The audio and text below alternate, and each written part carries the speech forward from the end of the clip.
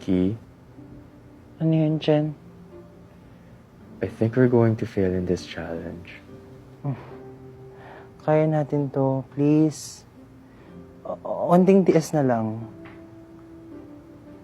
What if we try it for at least 5 seconds?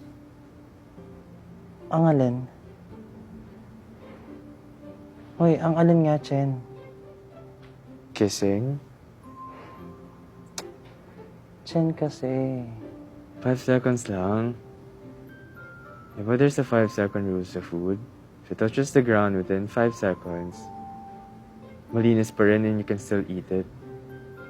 It still uses the same principle kaya it is something that you put inside your mouth pa rin. Diyos ko, Lord.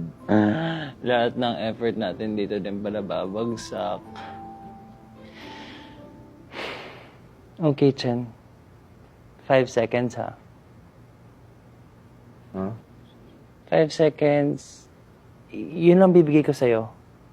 I think the game is called 7 Minutes in Heaven, but I'll take it.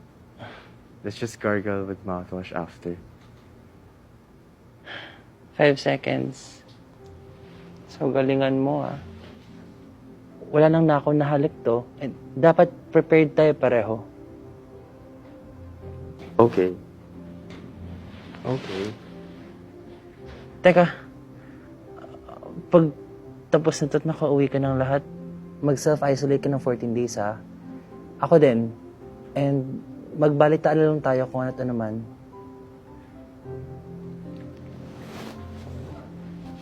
Okay. Tapos mag-multivitamins ka, mag-gargle ka ng water na may asin every morning and bago ka matulog.